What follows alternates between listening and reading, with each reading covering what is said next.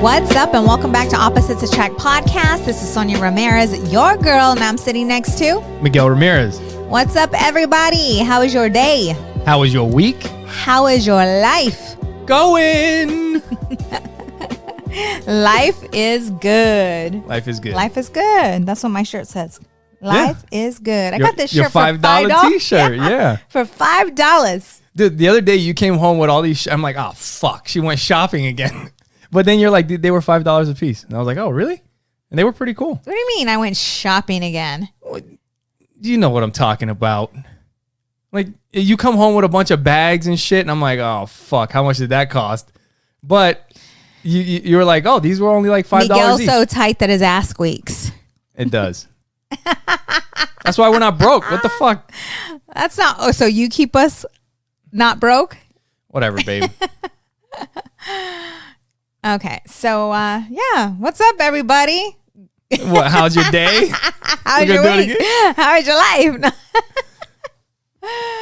so let's talk about let's talk about some health. Let's talk about health. I'm really excited. Like, yeah. You know, I went to the gym. I saw this girl who had a banging ass. Like, I'm working out, and I'm here at LA. Ass? I'm at LA Fitness, and I'm over here, you know, looking and, you know, working out, and I see her and I'm like, dang. Are you checking out girls at LA Fitness? I do. Girls are beautiful, man. Their bodies are like a work of art, you know? So I agree. I'm looking, I see her butt and I see her legs, and I'm like, you know what? That is someone I can respect to work out with. Yeah. And I did. I just went for it. I went up to her. I complimented her. What was your first, what was it like? Nice ass. You want to work out? No, I said, you have an amazing ass and legs. Like, I'm just straight out like that, though. I'm just, and it's coming from and this is her thing. She looked at me and she smiled and she said, I truly appreciate that, she said, especially coming from a woman. Yeah. Because she gets so many people like hating on her. Really? Yeah. Girls hate on girls all the time. True. You know, I've just never been one of those girls. I appreciate it. Yeah. You know? That reminds me of Dumb and Dumber, when the two dudes, they see the one guy. I can't remember exactly what happened, but they see his ass and he's like, he must work out. Oh, yeah. Yeah. So then, I had a conversation with her, and she agreed to work out with me. Nice. You know, and it's funny because she thought that I would be a newbie. So my first time I worked out with her was on Friday.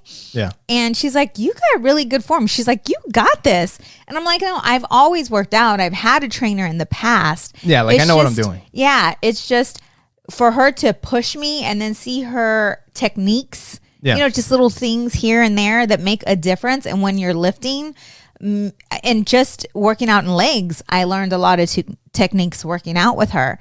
But she is actually in a bodybuilding contest in June. Yeah. And I told her that is something that I've always, I don't know, it's just always something that I wanted to do, but I was always scared to do. And I think I'm working up the courage to. You have been talking. You have talked about it. Yeah, like, and it's not even to win.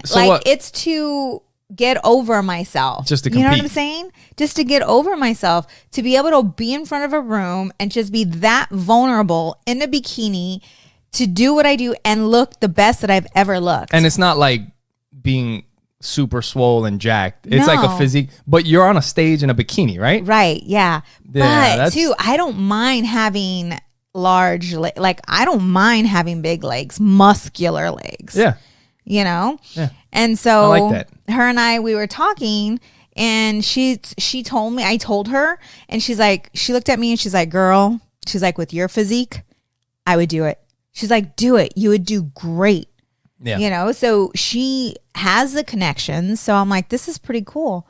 And then afterwards, we went into Ross, Audrey and I, for something, and she works there. Oh, yeah? And she was having a bad day. And I was able to lift her spirits, and she's going through some relationship stuff, and I'm really good at coaching. So maybe you guys can help each other out. Yeah, I was talking to her a little bit about the relationship she's in, just kind of giving her some advice, and she looked at me. She's Let's like, put her business in the street in case she listens to the podcast. What's going on? No, I'm just kidding. Yeah, right. And so she's like, yeah, I would really like that. She's like, I don't have many women, you know, that I can talk to, That's good. about, certain situations. So yeah, I would love to do that. Especially when it's somebody that you meet like that. Yeah. Like you don't know her people. She could just talk to you and not really, you know what I mean? Yeah. That's kind of cool. So yeah, I had a great workout with her, and I'm just excited about the health journey that I'm on. It's not even so much just to look good. It's the health journey. It's different this time. It feels different this time. Yeah. And I haven't had any cravings. How long has it been? Like Would you start? You started, was it last weekend or did it start before the weekend? No, it started before that because I started my fasting. So it's probably like in the middle of the week. Yeah, because I started my fasting. It's okay. So it was before then. It's okay, we'll put the phone on. And silent. And it's just always been tough. Yeah. It's always been tough for me. It's always, I think the longest I've kept my weight off was when I was doing keto. Yeah. And that was for what, 3 years? Because it was when we started working, living here. Yeah. And I had pictures of myself in the bikini. Mm-hmm. And I was like, and I showed her that. Yeah. We wouldn't fucking be caught dead doing that shit today. We were doing that shit back there. Fucking no shirt on in the mirror. Now, fuck. Yeah, hell no. Nah, it's all good though, man. It's funny. It's all good. But it feels good because I know that this time around it's different. Yeah. It's good. different. There's more behind it. And we're than all just looking good. Yeah. And we're all like everybody in the house. We're all kind of doing it. I haven't done it as hard as you have. Like I haven't done the fasting. I haven't done, like cut out all the carbs and all the sugar. But I have cut back on a lot of the stuff. And the stuff that I am eating that has sugar, for the most part, it's like fruit. Right. I'll have a piece of fruit or one or two throughout the day. Yeah. And that's it. Another thing I mentioned before, the Bulletproof Radio. Yeah. That podcast, man, it really helps to keep me motivated because I'm learning more about how our body works. Yeah. And they talk about, like, we just ordered the spermidine and it's not what you guys think it is. But it's this pill that helps to rejuvenate old cells. Yeah. Which when cells, I don't know, there's another word for it, but when they get old or they get damaged, right? Yeah. That's when you start seeing cancer. That's when you start seeing diabetes, like all this stuff. Yeah. So they were saying that the spermidine helps to rejuvenate your cell, and it kind of turns back the hands of time. Not like, oh my God, I'm gonna be looking like a freaking teeny bopper or anything like that. Oh shit, I'm 22 but again. Your skin, it helps with your skin. It helps with everything. So I'm excited to try those. Yes, inside because that's the thing. Like I am on this new journey for my health. For what's going on inside my body. Yeah. And in return, it will pour out. Like I see a difference in my skin. Like I haven't been wearing, the makeup, and I sent a picture to Nikki, and she's like, yeah, your skin it's more like it's glowing. It's more brighter, Yeah. And so, and they say that a lot of times, and that's not with the spermidine, that's just with the keto and eating better. Yeah. But with the spermidine, it's also supposed to help with with nails and everything because it's rejuvenating your cells, and like turning them over. And the goal with all this stuff is to reduce inflammation, right? Yeah. And that's what helps with rebuilding and all that, right? The goal is to be here so that I can, so we can enjoy our grandbabies. Yeah. And enjoy all the money that we're going to make. Yep. Right? So I also, like I said, I started eating a little bit better. And then on Tuesday, or actually on Monday, I went for a run. And no. Monday I went for a regular run. Oh, okay. Gotcha. I woke up at 4 a.m, went out, ran a couple miles, and I was fine. And then Tuesday, I don't remember what happened Tuesday, but I pussed out. Just to be honest, I fucking pussed out. It was early in the morning, and I was like, man, I'm kind of sore. And what I thought was like, I don't know if I'm gonna run every day. Maybe I'll run like Monday, Wednesday, Friday, and then a day on the weekend or something. So I was like, you know what? I'm not gonna run. I'll just run Wednesday. Yeah. And then when I finally woke up, I realized that it wasn't that I wanted to set a schedule. It's just that I was being a pussy. I could have just got up and fucking ran if I really wanted to, but I didn't. So later on in that day, we took the kids to we took Audrey to her first basketball practice, and it's one of those things that I didn't do what I knew I should have done. Yes. And I was thinking about it all day. Yep. And then when we were leaving the practice, I was like, fuck it, I'm gonna run. Yeah, he said, I'm gonna race you home. And at least at least from the where we were at to the house was probably about a mile, maybe a little bit over a mile. And that's not a very long run at all. But I was like, I'm gonna run as fast as I can the entire time, and I'm gonna see if I can beat you to the house. So I just took off running like hard. And the thing is that for me, when I don't do a lot of cardio, like consistent cardio all the time, and all of a sudden one day to the next, I just go boom, balls to the wall, I get asthma. I get I looked it up this time, and it's called exercise induced asthma. I don't have asthma. Like, I never get asthma. Like, we've been together forever. Right. I've never had an asthma attack. I've never had an asthma attack in my life. Right. But ever since I was a little kid, I do remember, like, if I went really, really hard, like if I was breathing super heavy, then I would start wheezing. I would start coughing. And when I was a kid, I thought that was just normal. I thought like, shit, you work out hard. This is the sign of working out hard. Right. Like, I got after it today. You know what I mean? Yeah. I didn't realize that that's not normal. And then, so like about 5 years ago, it was like Thanksgiving, and we went out and played football, and I wasn't working out at all. And then that whole weekend, I was wheezing. Now, the thing, when I looked this stuff up, it's only supposed to last like 10 to 30 minutes. But my shit lasts like 3 days. Yeah, you've had it for... I mean, this is Tuesday. If you guys listen, like if I take a deep breath in... That sounds so bad. You can freaking hear it. It's that sounds crazy. So bad. Yeah, when I was laying on your chest and I heard you, I'm like, this is not cool. And the thing is that side. Right now is not the time to be getting freaking exercise-induced asthma, because people are like, this motherfucker's got corona, because I'm like coughing, I'm wheezing and shit. I'm like, oh my. I'm like, no, I don't. Yeah. So anyway, so yeah, that's So he called the doctor, and the doctor said, then I need to get an inhaler, I guess. No more running. No more running that hard. No, and actually, you know what? It's crazy, because I was telling the doctor's like, here, I'm going to prescribe you this inhaler and just take it before you work out. It's, this is 2021. It's kind of cool how it worked. But I have this app. So I didn't even go to the doctor. I was just texting the doctor. Yeah. And we did a video conference where she verified who I was, and then we went back to texting. But she was telling me that that I should take a couple pumps of the inhaler before I work out, anytime I work out. And I told her, I'm like, well, this is like once every 5 years. Yeah. I was like, I don't want to take, I was like, 99.9% of the time, I'm fine. It's like, can I just take this whenever this happens? And she's like, yeah, you could do that.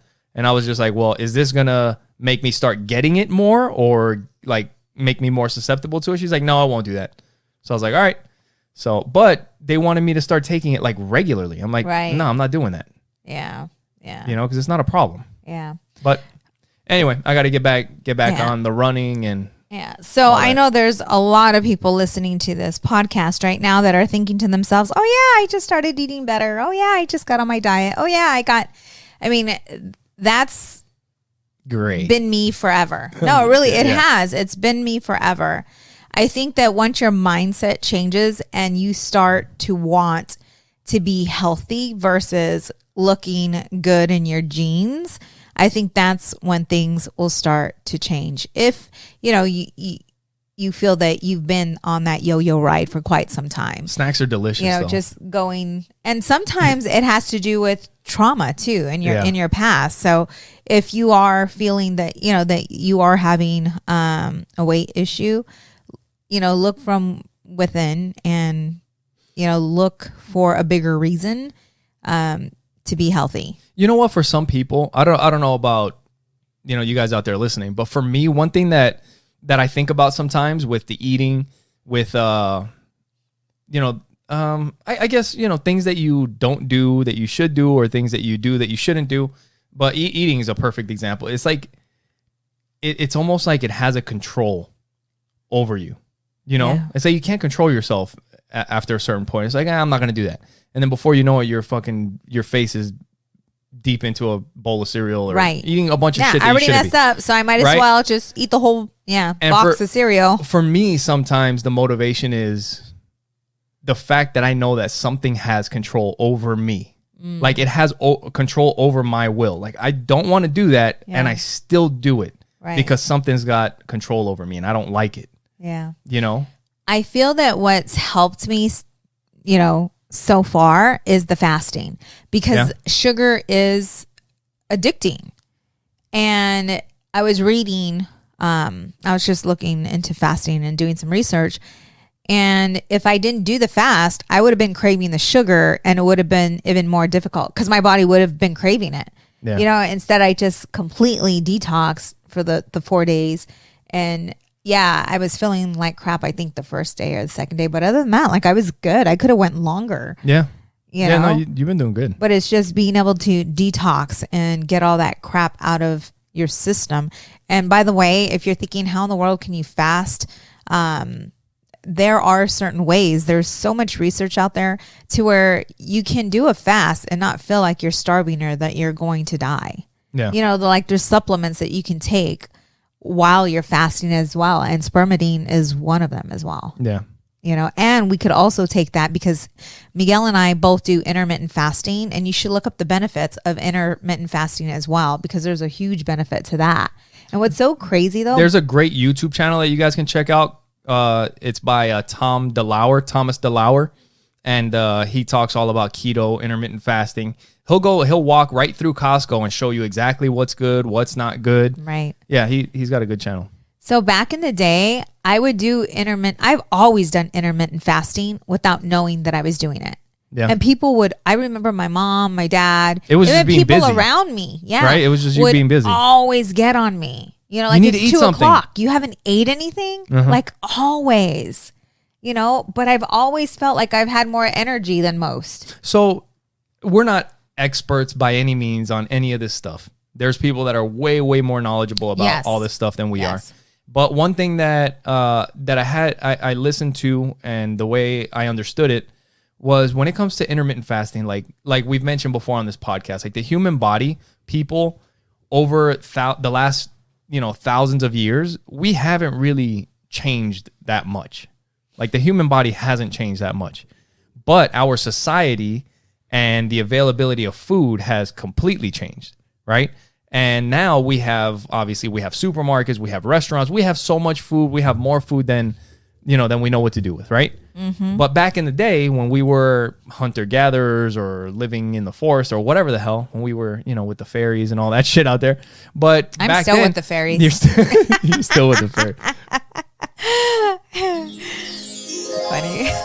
But no, but back then you would have to catch something and kill it and eat it. Mm-hmm. Or you would have to go pick, you would have to find fruits or something that you could eat. So it's not like it is today where you wait. Like right now, well, in modern society, you always hear breakfast is the most important meal of the day. Right. Breakfast is the most important meal of the day. And it's like, if you were living in those times, you're most likely not ever eating breakfast. Right. Because you wake up, you got to go catch something first and kill it. Right. So you're not eating first thing when you wake up. Yeah. Yep.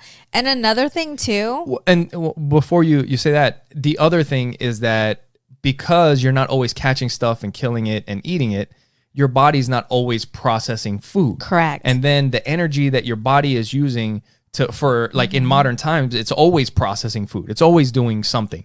And when you leave your body without food, it can focus on doing other things, repairing other stuff. Right. Besides processing food. Yeah. I was talking to our niece yesterday, and I was telling her how good I was feeling. And she's like, yeah, I just got back to the gym. She had to take some time off because she wasn't feeling good. And she's like, I gained 2 pounds. I'm like, do you get on the scale all the time? And she's like, yeah. And I'm like, why do you do that? Because that's something like her and I, like we build muscle right away. And that's the thing, like I was telling, the girl that I'm working out with, I'm like, I don't want to like be totally bulky. Like I want to be cut. Like my legs, I don't mind if they're busting out of my pants or my butt, but I don't want to look You don't want to see the muscle fiber. I don't want to see, You want to be thick. But I stayed away from the scale. Like I just have.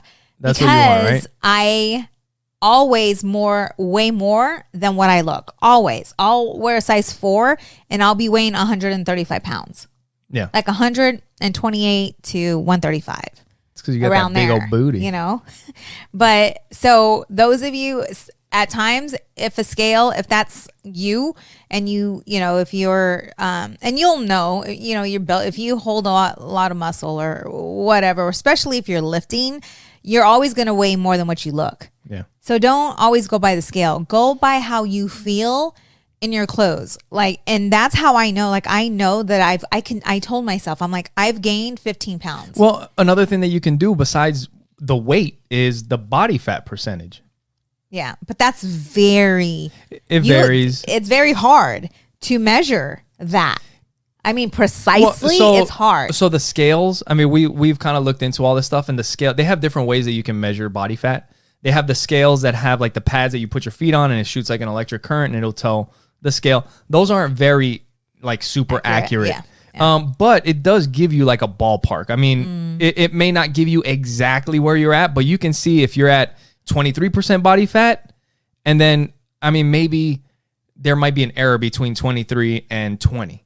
Yeah. But if you see it go down to like 17, then, you know, you're doing something. Yeah. And there's another way that looks like it's like a little pincher thing that you can pinch your love handles with.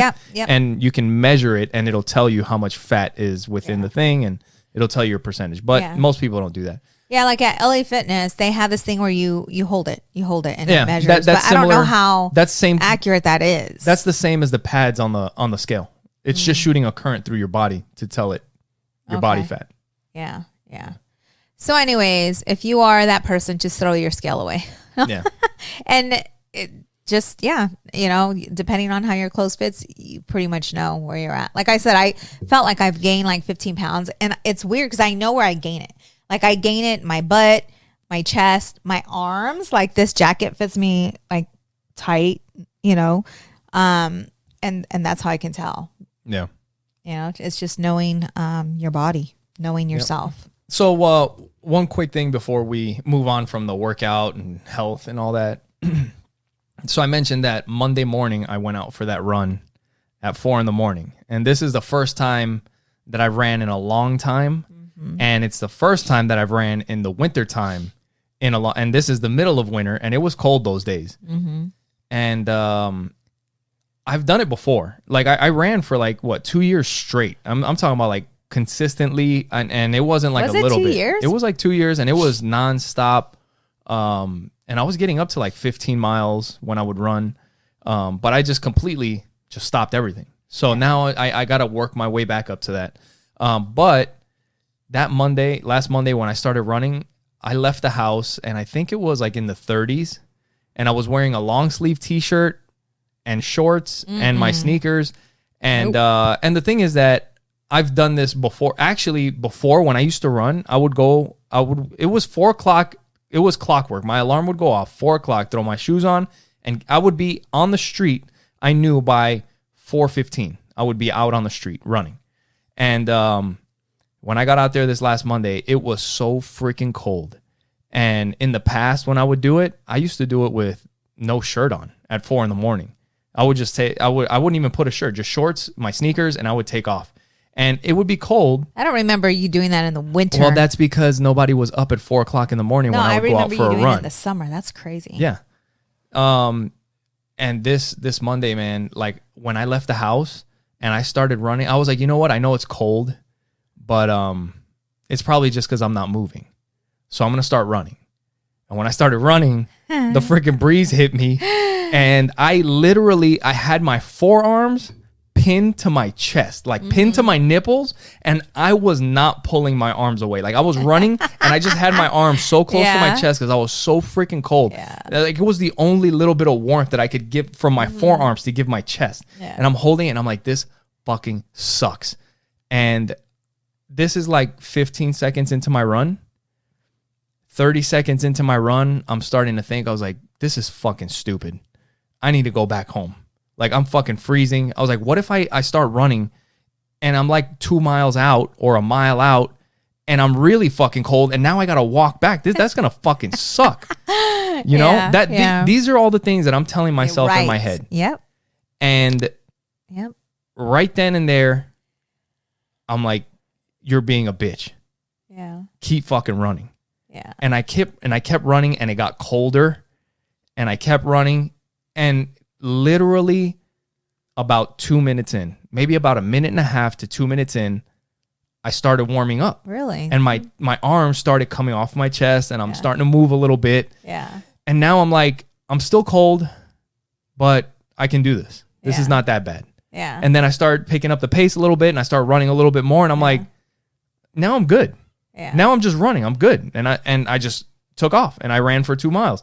And the thing that I knew in that moment when I was telling myself 15 and 30 seconds in, this is fucking crazy. You need to turn around. You need to go back.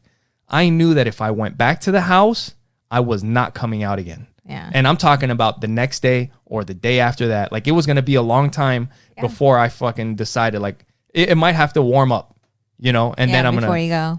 And I didn't want to do that. And I was just like, you know what? Just tough it out and keep running. Because and this is the thing, is that I have that frame of reference. Yeah. I've done this before. Right. I know I've done this before.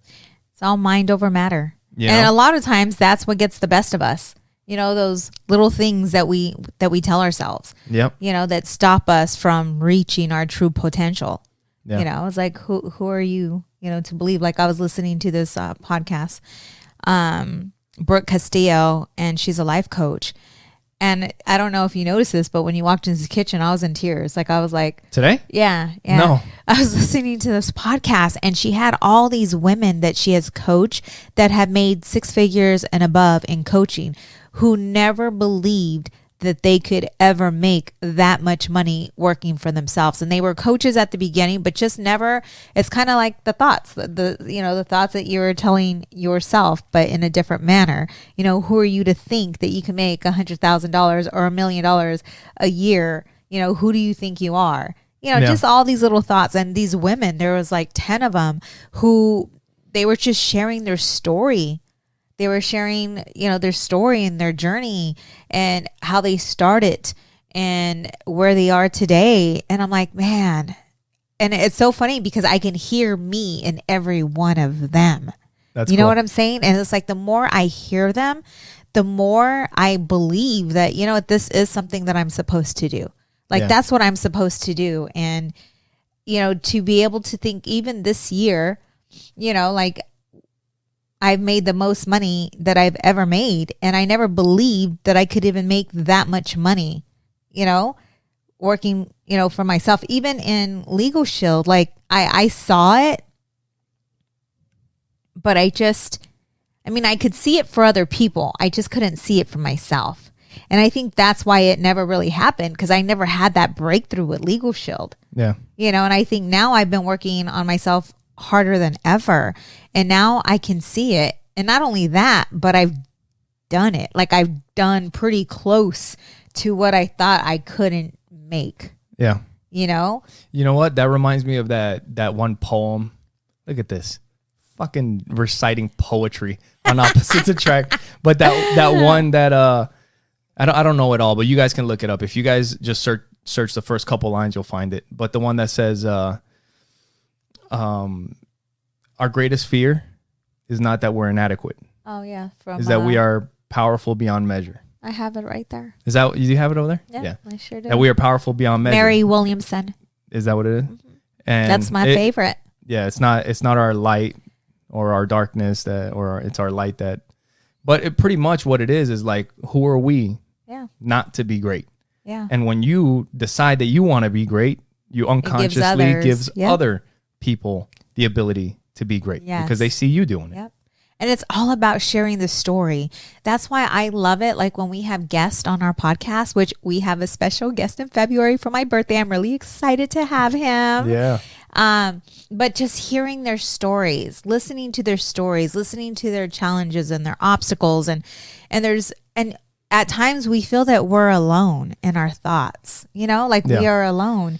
And there's so many others out there that are having the same thoughts, that are feeling the same way, but because we're so scared of opening up, we're so scared of being vulnerable, of getting hurt, we're not able to have those deep connections with others because of that. Yeah. You know, and a lot of times people don't see the struggle. They see the success. You know what I'm saying? Like they don't know the things that we go through, the things that we've gone through to get to where we are today. And we're not even finished. Like we are just getting started. Yeah.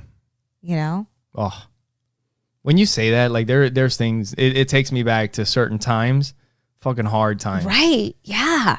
I mean, it takes me Hard way times. back. It takes me back when I was 9 years old, witnessing my mom looking through the cushions for coins, for money, and realizing that we were broke. I remember like, just pawning shit because I had to get to a training event that I was not going to miss because that was where I needed to be. Right. And being broke as shit with my friends and his mom and saying a prayer before we left in the kitchen. Aww. You know what I mean? Yeah. Those are the things that people don't see. Yeah. You know, they see the lights and hey, you guys are doing good and all that, you know? Yep. That's the shit that led to this. Right. But nobody was there during that time except for those people. Right. And you know what? Now that you mentioned that, there's something that, you know, we've mentioned on the podcast before that there's always those people that will not support you. It's family and friends and all Right. that. But you know what? We talk about that a lot, but we don't always talk about the people that do support us. Because we do. We mentioned that your mom, my mom, like we do, but it's not. It's usually like the focus is like, you know, people are always going to doubt you. People are always going to, you know what? Look around because it's not all that. There's a lot of people that are cheering you on. There's a lot of people that want us to succeed. Right. Yes. There are. Even people that aren't even related. Yeah. Right? Yeah. Like friends that are there that check in on us and see what it is that we need in order to get to the next level. And knowing that you have that kind of support feels so good because then you know that you're never, ever alone. Yeah. You always got somebody that you can lean on, even if it's just to talk about something. Right. Yeah. You know, that's cool. Yep. And, you know, in business or in life, this is something that I had to learn because I was a people pleaser. I was one of those people who just wanted everybody to like me. And a lot of times I would disappoint people, you know, and I was listening to this podcast and she was sharing, there are going to be people that you disappoint. Yeah. She said, but you have to make the decision. You get to decide who you're okay disappointing. And that hit me so hard because I know that I'm not okay not disappointing you. I'm not okay disappointing you. And I'm not okay disappointing the kids. And I know that I'm not okay disappointing myself and like my mom. Yeah. You know what I'm saying? Yeah, certain people that we're really close to, we don't want to let down. Yes, because when you're out there and you're running and, you know, you have goals in place, there's going to be some people that you don't get to see as often or talk to as often because you're so focused and so busy and consumed with everything that's going on. Mm-hmm. So just know that you are going to disappoint some people, but you get to choose who you're okay disappointing. Yeah. No, You know? that's huge. That's huge. Yeah. Yeah. And for me, I was like that was a aha moment for me. Yeah. Because I've always tried to please everyone, try to make everybody happy and try to be there for everybody. Yeah. So it's like, as long as these people are okay with me, Right. then I can do what I need to do Yeah. to get what I need to do done. And just like the sacrificing back in the day, do you remember in Legal Shield, they used to tell us, you don't go to sleep, you fall asleep. Yeah, you'd be working until your fucking face is face down in the desk. Right? Like it's all about the hustle and being a badass and this and this and that. You and pick that, up your head, you got paper stuck to your head. And that was me back then. But you know what? The happy me today, the person that I am today is not that person. My hustle is a different hustle. Do you know what I'm saying? Yeah. Like I have to be true to myself. Yeah. And I have to, know that my children are okay, that you are okay, and then everything else comes after. And I'm okay with the hustle. Like, you know that. I'm okay with the hustle as long as you're feeling the love, my children are feeling the love, then that's okay. But I'm not that person before where I had you putting the kids to sleep every night because I was chasing success. But yet when I would get home, I would have that mommy guilt. I would have the guilt of not being there for you as well. And that wasn't sitting well. And anytime I got to that place, I always sabotaged my success. And then I started from ground zero again. Have to rebuild. And that's something that I did forever. Like forever. I would say maybe 3 years ago is when I really woke up. Right? Like after those two car accidents. It was after 2017. it was when you started. It was when you started Trust Inc. that you started doing things a little differently. You know what I think it is? I think what it might be is with network marketing and the system that we have and all that. Trust Inc. didn't have a system. You had to make your own system. So when you had to make your own system, you put your own priorities in place. And you're like, no, I'm not going to be doing this every night, or like I'm going to make this work for my schedule. Yeah. I don't know if that's what it is. No, it happened before. I remember because I had a conversation with Mr. Darnell Self about it. Okay. You know what I'm saying? And he was kind of sharing it with me as well. But it's just knowing yourself and knowing who you are and what's going to make you happy. Because if you're not happy and if you're feeling unbalanced, you're never going to get to where you want to be. No, ever. And I think that what you mentioned before with the knowing who you're okay disappointing and who you're not okay disappointing, that also helps you, really step on the hustle, because you know that as long as these people are taken care of, then I'm okay. Right. Yep. I can keep doing what I'm doing. If they're good with me, then that's fine. If other people, then you know what? That they're just gonna have to deal with it, and we'll circle back another time. Right. You know what I mean? Yeah. But now that we're getting into, go ahead. Sorry. Go ahead. What were you gonna say? No, I was just gonna get into the parenting, the raising lions. That. So I'm still stuck on this business thing, but and it's because I've just been thinking a lot about it, and a lot of times people they quit or they fail. Or they feel that they have failed, right? Because at the end of Legal Shield, when I opened Trust Inc. and I fell in love with Trust Inc., I let Legal Shield fall to the waist, right? Like I get memberships whenever people call me or refer me, but I'm not actually out there doing it. And I think being okay with that, because I felt that Legal Shield was my identity. Yeah. Like that's who I was. And knowing that if say you're in a multi-level now, I can tell you for me, my passion dissipated in Legal Shield. Yeah. And I knew that once that passion was gone, it was hard to get back in momentum. Yeah. Once your love is gone, and a lot of times it's because you grow out of it. Right? Yeah. There are some things that you grow out of. And so many of us hold on to things. And this is including relationships. Doesn't even have to be a business. Things that are not for you. Like in your heart and your soul when something's for you and when something's not for you. Yeah. But we tend to hold on to that thing because this is all we know. Yeah. When if only that's your identity. Like you said, that's your identity. If only you would get the courage to let go, something else would grow. I was just talking to you about that last night on the way home. Anyway, you know what I'm talking about. But anyway, we've been listening to this book, Raising Lions. Yes. We've mentioned it before on the podcast by Joe Newman. It's a parenting book, and we kind of got into a little bit of the parenting book, the parenting. But if you guys would like to pick up Raising Lions, if you guys do that through our Amazon link, you guys can go to oppositesattractpodcast.com. And you can see all of our social media there. You can watch the podcast there. You can listen to it there. You can share it with people.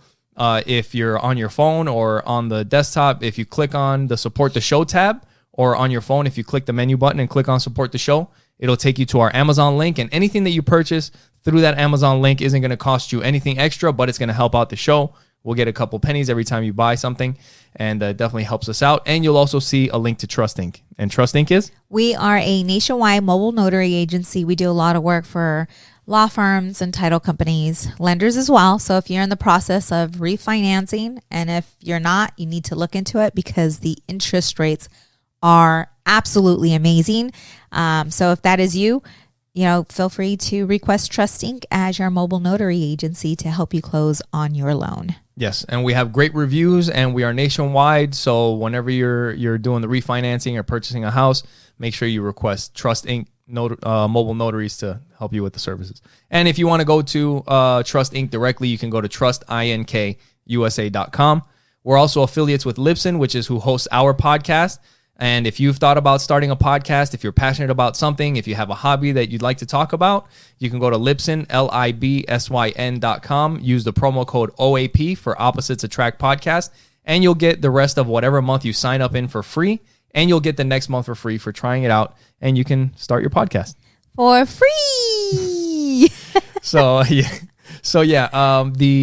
Raising Lions. We've been listening to Raising Lions, and this parenting thing, man. Like, I know we talked about it on the last podcast. Like, we've been struggling, and I've been struggling. Actually, yesterday I got fed up, and I called the school. And I scheduled an appointment to meet with the principal, because I'm just like, at a certain point, I got super upset this week because I just started looking at Joey, at our son, and I started thinking about the times that we have that are difficult, me and him. And it's not just me and him. It's me and him. It's you and him. And really what it is when we're working. When we have to work on something. When we have to work on school stuff. That's primarily what it is. Is anytime it has to do with school and working, it's just a major struggle. The whole homeschooling is terrible. It's challenging. It's terrible. It's the fucking worst thing ever. Literally, like, this, it's so bad. And he's in 3rd grade, and there's things that he's doing, and the thing is that he's not a dumb kid. He's not slow in any way, right? Because when you talk to him, when you interact with him, you can tell he is a very, very smart boy. Yes, very smart. And he is capable. And we're not just saying that because he's our son. No, and he is capable of learning anything that you teach him. Yeah. He's no different than anybody else, than any star kid in his class. He's not any different. He can learn it. It's just that maybe he struggles a little bit with how it's taught to him or whatever. And I've mentioned it before. I am not a teacher. I did not go to school for teaching. I don't know the techniques. That is 100%. At least, you know what? I won't say that I'm not a good teacher. I can teach certain things. Yeah. School is not one of them. Right. School is not one of them. Yep. I can teach jujitsu. Yeah. I'm great with the kids in jujitsu. Yeah. School is not it. Yeah. I'd be beating the shit out of all your kids if they were in my class. You know? Yeah. You know what I'm saying? But when I started thinking about my relationship with Joey, it was fucking breaking my heart. Yeah. Because whenever we're not working, we have the best time together. Yeah. The best. Yep. The best. I mean, he is so thoughtful. He is so loving. All he wants to do is be with you. He wants to just make you proud. Look, if he's not playing with you, he wants to cuddle with you. Yes. That's him. Yeah. He is the sweetest kid. Yeah. And when I see that he is having such a hard time with school, and he's having a hard time learning, and I know I'm not doing things the right way. Right. But I don't know any other way to do it because this isn't my fucking thing. Yeah. It's frustrating for all of us. Yeah. There's a lot of listeners right now that are shaking their head and nodding up and down that can relate.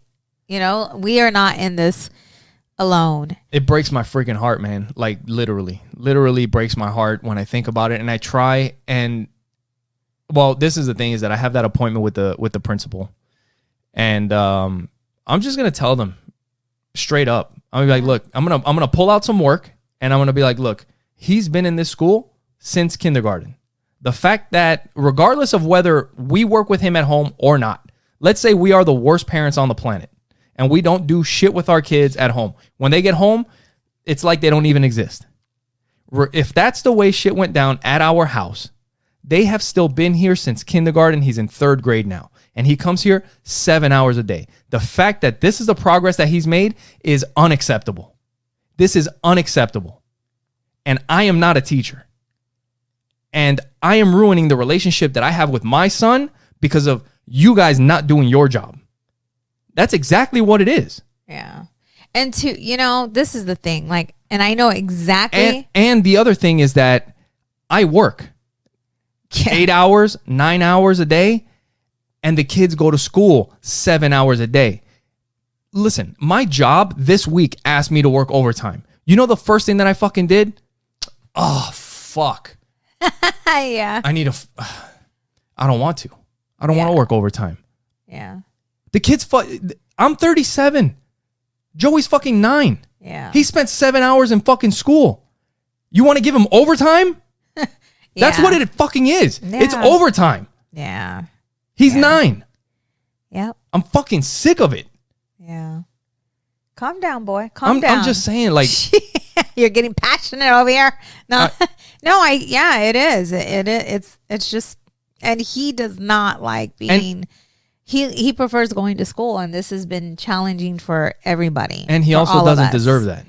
Yeah. Yeah. And another thing that I mentioned to you is just something that kind of like you're saying, like every once in a while when you're thinking about stuff and you say, I guess it's good to think all the time. And I guess it's also good to clear your mind from time to time. Yep. But one of the benefits of thinking all the time is that you start to realize things. You know, like if you're not just going through life oblivious, like just go to work and fucking come home, watch TV, crack a beer, go to sleep, go to work, watch TV, crack a beer.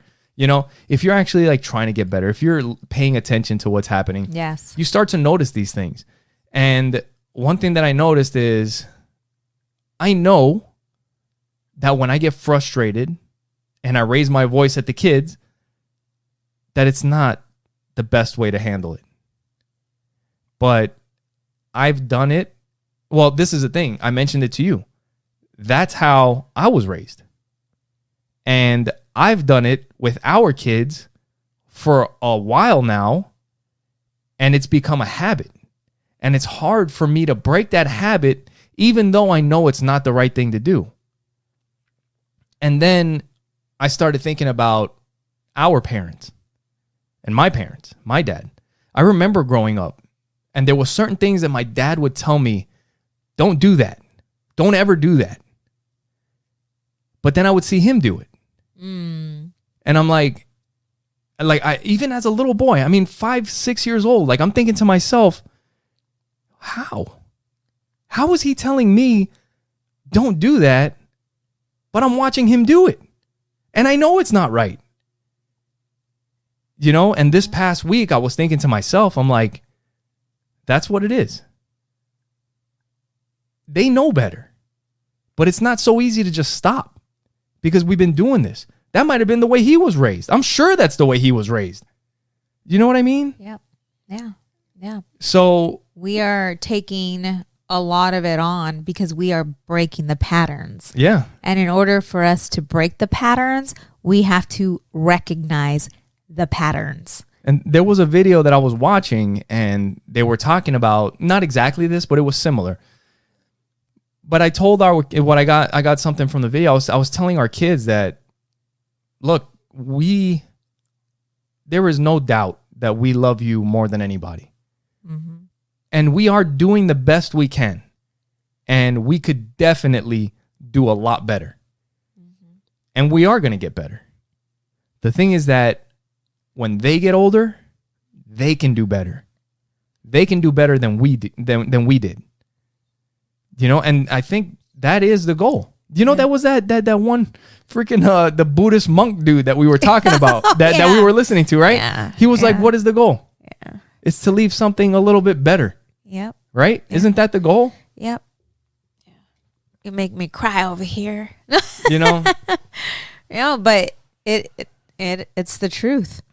You know, and I'm just proud that we have recognized the patterns and we question ourselves. You know, the way we parent, the way we love each other, the way we do business, the things that we do, the things that can be changed, all of that. And we hold ourselves accountable and we hold each other accountable. And we're going to win. That's it. Like, we're going to win. You know? And all the, we struggle with everything, with our relationship, with the kids, with business, with everything. And everything that we struggle with, when we start to figure stuff out, makes things better. Right. You know, and that's something I was listening to Raising Lions before we started the podcast. Yeah. And that was one thing that they talked about, is that when you're parenting kids and you come to these exact situations where there is a problem, that is when the progress is made. That's when the progress is made, not when everything is going perfect, when you guys are just playing and doing nothing and hanging out and having the time of your life. It's when there is conflict, when there is struggle. That's when you get better. Yeah. In that, in Raising Lions, he talks about like the whole goal is to get the kids to realize that everything they do, like their decisions, their actions, everything has a consequence. And it's our job to help them to see that, right? Like if they don't do their schoolwork, what's the consequence of them not doing their schoolwork? You know, Joey wants to go play at Evan's house or at his friend's house. Okay, Joey, I need you to clean up your room prior to you going to Evan's. And if he doesn't clean his room, he doesn't get to go to Evan's. And the way he says to explain it is say, listen, I know you're upset. I'm upset. I wanted you to go play with your friend. I wanted you to go play with your friend, but you made the decision to not clean your room. If you want to go play with your friends, then you have to clean your room. And it also gives them independence and sense of power that they have the ability to make the right decisions to get to where they want to go. Well, the thing is, he mentioned it as so when he said it gives the kid the power. Like in a way, it gives the kid the power to make a choice. Yes. And they can choose to go to their friend. Give them options. Or they can choose not to. Right. Now, the way that they choose to go to their friend is by cleaning up their room. Right. Like that gives him power. He's like, you know what? I want to go play with my friends. I'm going to clean up my room and I'm going to go play with my friends. That's how he gets power. Yes. You know? And for us, instead of being like, Joey, you know you're supposed to clean up your room. I've told you to clean up your room 3 times this week. Get in there and clean up your room. You're not going to go play with your friends. You know? You just kind of, the way he was saying, which I never do, in a calm way. But he will. You will. No, I have. I'm just joking. I have, and I do realize it, and I need to do it more than I have been. But yeah, like you give him the power by telling him, you know, that if you want to go play with your friends, then your room has to be clean. Right. So it's up to you. If you want to go play, you got to clean up your room. But it's your decision. This is such a good book. Like I'm on chapter 8. Where are you at right now? I stopped listening to it because you said you started all over again. So I started the book over, and then it's one of those things where I was listening to it. It was playing, but I wasn't actually I was catching stuff here and there, and I was like, I don't want to do that. So I started it over again. So I think I'm going into like chapter 5. Okay. So I've been taking notes, and that's what's been helping me because there's so much good stuff in there. And if I'm just listening, at least me, the way I learn, if I want to actually put the stuff I'm learning into action, I have to write it down. That's how it sticks for me. It's hard for me to reiterate like what they're saying or what they're like all the little details if I don't take notes. Like you will suck that shit up. Like you'll hear it and you'll be able to reiterate the way you heard it and know all the freaking details. Yeah, but only for a certain period of time. It helps me too to write stuff down. Yeah. Actually, so that's what I did. Actually, right now, you just reminded me. You said writing down. Yes. And I thought to myself, I was in a jiu-jitsu class a couple days ago, and there was a really easy, simple, and I was like, fuck, man, I like that move. That is so good. I need to write that down. And I told my training partner, I was like, I need to write that down. They started laughing. They're like, write it down. I just told Rick that. And I'm like, like if I find a really good one, I write it down because it helps me remember the steps and the moves. And I can go back and look at it and be like, oh shit, I forgot it. You know what? I already forgot the move. Yeah, because they teach us. Because I didn't write it down. They teach us like 3 chokes. Like they taught us 3 chokes in a row or 3 sweeps. We go from and parenting. It's like kind of. So I'm like, I told Rick, I'm like, I need to start bringing a notepad so that I could take notes. And he says, you know, the people that take personal training with me, the ones that bring a notepad are the ones that do very well.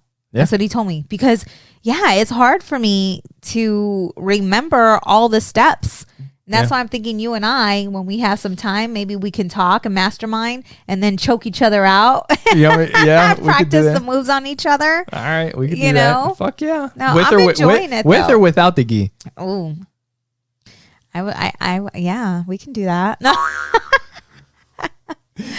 But I'm enjoying it this time around, like jujitsu. That's good. Yeah, there's good people when I went and I had to take the week off because, as you can see, my eyebrows are on point. Sonja's eyebrows are on fleek. Yes. If you're not watching this on YouTube or Facebook.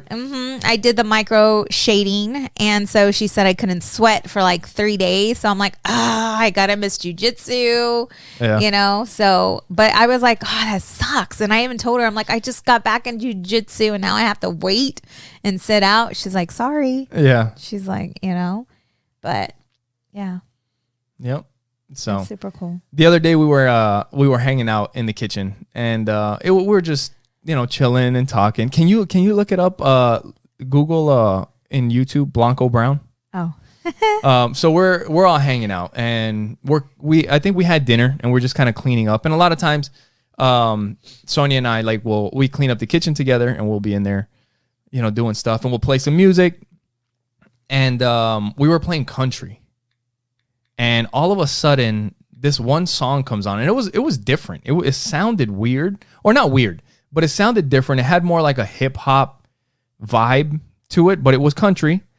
And we look up the video on YouTube, and there's this guy named Blanco Brown, and he's a black dude that does country, and he's got this one song called "The Get Up." Yeah, the Get Up, the GIT up. And it's a good song. It's funny. Yeah. I mean, it's not funny. It's a straight up country song, and it's good. It's a good song. It's real catchy, and we're sitting there, and all of a sudden we're listening to it, and we're like, we're bobbing our heads, and we're like, dude, this is a good song. And I'm watching this dude. He looks like he's having a blast in the video, dancing with all these people, and it's just a real happy video. Yes, my type of video. Your type of video, right? And then I'm thinking about it because this is it is country, and I start thinking to myself, and I start cracking up. Sonja's like, what the hell? And I'm laughing my ass off because I get the thought of the most racist white person that's super country. And they're like, not my country. They're taking my country. He's getting so fucking mad that this black dude is having the time of his life with all these other people singing country. You know what I mean? Yeah. It's hilarious. Oh man. But no, check it out. Blanco Brown. He's good. Yep. I gotta listen to that when I'm practicing my jujitsu moves. No. Right. No, Adriana, I was watching her jujitsu the other day before I started, and she is so much like me, this little girl. It is so funny and scary at the same time. So I see her, and she is socializing and having a good time. And she told me that they ended up having to do wall sits or setups because she kept talking. So the entire class had to do setups. And so when I started practicing, I was practicing with one of the girls, and we were just having a good time, talking, chatting, practicing the moves. And Rick looks at me, and he's like, hey, less chatter, more work. But it just, he's like, you're not in the kids' class, you guys got freaking lit up. It's just funny because that's how Audrey is, And yesterday we were spending some quality time, or the other day we were spending some quality time together. You were downstairs putting a puzzle together with Joey, and her and I were upstairs, and she's like, hey mom, you want to take some tests? And I'm like, some tests? She's like, yeah, personality test. And I'm like, oh, that would be fun. I remember doing that at her age. And so we start doing these tests together, and they're asking, they give you multiple choice, would you choose A, B, or C? And then you get so many points for every answer that you choose. And her and I were getting the exact same score, 29. Yeah. 29. One was off by 1. And she's looking at me, and she's like, I don't like you right now. And I'm like, what? And she starts laughing. And I'm like, you don't want to be like your mommy, baby? Because we were neck to neck with all of those quizzes that we were taking. And we did one first name of your love, your true love. First name we'll start with, and then it gives you a list of different initials that your first love. And she's like, Mommy, none of these are for Daddy. She said. Yeah. She looks at me, yeah, and she just starts laughing. That's funny. It was cool, just to. It's crazy how strong your genes. Are. No, it is. I mean, our kids are a spitting image of us. Yeah, it's freaking crazy. Yeah. Like Joey's a Sour Patch, and so are you. The other day. So the other day, Audrey was. So Joey has been taking a shower in our shower, right? Yeah. Did I mention this on the podcast last time? I don't know if I did. I don't believe so. But Joey has been showering in our shower. The kids have their own bathroom, and Audrey's been showering in her shower. And which is their shower. Yeah. And this winter here in Arizona, it has been a little bit colder than usual. And the kids told me that they didn't have hot water in their shower. And I'm it wasn't as hot. It wasn't as hot. Yes. And I'm like, okay, well, I'll check it out. But I thought that they had some hot water, which they did. They had a little bit of hot water. But nobody's ever brought this. So we've been in this house for 3 years. Yeah. And I go one day and I start, popping stuff off the cap, and I start looking at the shower valve, and I can tell there's this little piece that pops off. Like if you want to make it hotter, you can pop it off and then move it and then pop it back on. Now the thing is that in order to move this piece, you have to pop the cap off. You got to take off the handle, and you might have to take off a screw to get to this cap, to this little cap that you can turn. So I'm looking at it and I'm like, there's no way that they've ever had hot water in this fucking shower. Because poor babies. In order to get hotter water, you need to do this. Oh, no. And nobody's ever done this. I was like, how has nobody told me that we have no hot water in the guest bathroom? We've never showered in there. You know what I mean? Yeah, and the kids never complained about it until like now. Yeah, so the other day, and the crazy thing is that it took me like literally like 3 minutes to fix the shower. Yeah. Like it was nothing. Yeah. I was like, you gotta be poor kidding. babies. I'm like, dude, why didn't? And we tell Audrey, we're like, why didn't you tell us something earlier? She's like, I don't know. Because they liked taking cold showers though before. Like Audrey did, she wouldn't take hot showers. Well, this is the thing. When you live in Arizona, you don't really need hot water most of the year. That's true. Because in the summertime, I mean, pretty much from like May, June, all the way till October, pretty much. Yeah. The fucking you get warm and hot water. You don't get cold water. Right. It's just warm and hot. Yeah. So you wouldn't even know if you had a problem with your hot water. Yeah. Because in the summertime, we're turning the water as cold as possible. Right. Like we don't want any hot water in the summertime because the water comes out warm. Yeah.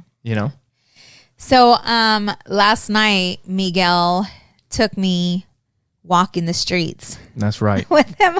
That's right. Some of you guys may have seen my streetwalker stories when I go walk the streets, and I took Sonja with me last night. Yeah, that was pretty fun. We got a sitter. And what'd you think? Joe Coy was in town again, or he is in town, and we made the decision that we were going to go hand out our flyers. And I think it was good. I mean, we did it pretty quick. We teamed up and we hit up all the cars, and then after that was done, we went upstairs and started giving the flyers to the people in line personally. And it was a little odd just because of the pandemic. Like one girl was like, is it okay if I take a picture of it? And I'm like, yeah, I forgot I have, the cooties are going around, and she started laughing. But it was cool. I mean, while I was giving out the flyer and I'm wearing a mask, one girl looked at the flyer and she's like, oh, you're my cousin's friend. Yep. And I'm like, so crazy. Yeah. And she's like, you were in Legal Shield too, right? I'm like, yeah. She's like, so was I. Like, I was one of your recruits. That's so crazy. But it was kind of cool. Ran into somebody, that I know. But it was cool. I didn't mind it. I think I would have had more fun if it wasn't for the pandemic. Yeah. Because I felt a little uncomfortable walking up to people knowing what's going on right now. But also, there's a shitload of people at this place knowing what's going on right now. I don't think you need to worry about how they feel because they're all going to a comedy show. Yeah. Yeah. Do you know what I mean? That's true. They're all going to a comedy show. Yeah. So. But it would have been better to, without the mask. So they could see our smiling faces. So it's more warming, it's more welcoming versus like who's this crazy person with the mask coming, Yeah. coming up to me. So how did you feel walking up to strangers at first? Just were you nervous at all, or was it like, cool, let's do this? Like I said, I was uncomfortable because of the mask. Only because But of I the was mask? like, let's do this. But yeah, it was just because of where we're at, what we're all going through right now, that made me feel just a bit uncomfortable. Yeah. So he's here for this weekend. So we're actually gonna go see him tonight. And last time we had a big group with us, but we didn't know if he was going to be doing the same material or not. Yeah. And we figured that this time it'll just be a date night, just me and you. A hot date. I'm excited to spend some time with you. We're going to go out to eat. We're going to have a hot date. Maybe do a little. Do some things. No. And then go laugh. And hopefully, we have VIP seating. So that should be a whole lot of fun. We'll see what happens. Yeah, hopefully, if we get roasted, hey, good attention, bad attention, it's all good. It's all good. Right? So, yeah. So we'll be out there. We'll be handing out flyers. You guys can follow me on Facebook. We'll definitely do a Facebook Live, do the Streetwalker stories when we're out there handing out flyers. I don't know. We'll do some today. But we're doing more tomorrow because we're not going to the show tomorrow. So tomorrow is going to be like straight up focused on. Oh, I didn't know he had another show on Sunday. Yeah, expanding the podcast and handing out flyers. But today we'll do it while we're out, just going out to dinner and handing out some stuff. So yeah. But now we're gonna go watch the Packers beat the crap out of the Los Angeles Rams and move into the NFC Championship. Lil Wayne released a new green and yellow song. Oh, did he? For the Packers. Oh, cool. Lil Wayne is a huge Packer fan, and he's probably going to be at the game today. Oh, nice. And last time he released the green and yellow Packer song, they won the Super Bowl. There you go. And the Packers coach, Matt LaFleur, asked Lil Wayne to make the Packers a song. Wow. And he did. All right. Here we go. It's on. We're doing it like Donkey Kong until the break of dawn. So make sure you guys go to oppositesattractpodcast.com. Please share it with the people that you know. Share it with your friends. The easiest way to do it is just share the website, oppositesattractpodcast.com. You guys can support us by going through the support the show links. Thank you for being with us. We love you guys. Thank you for your support. And until next time, bye.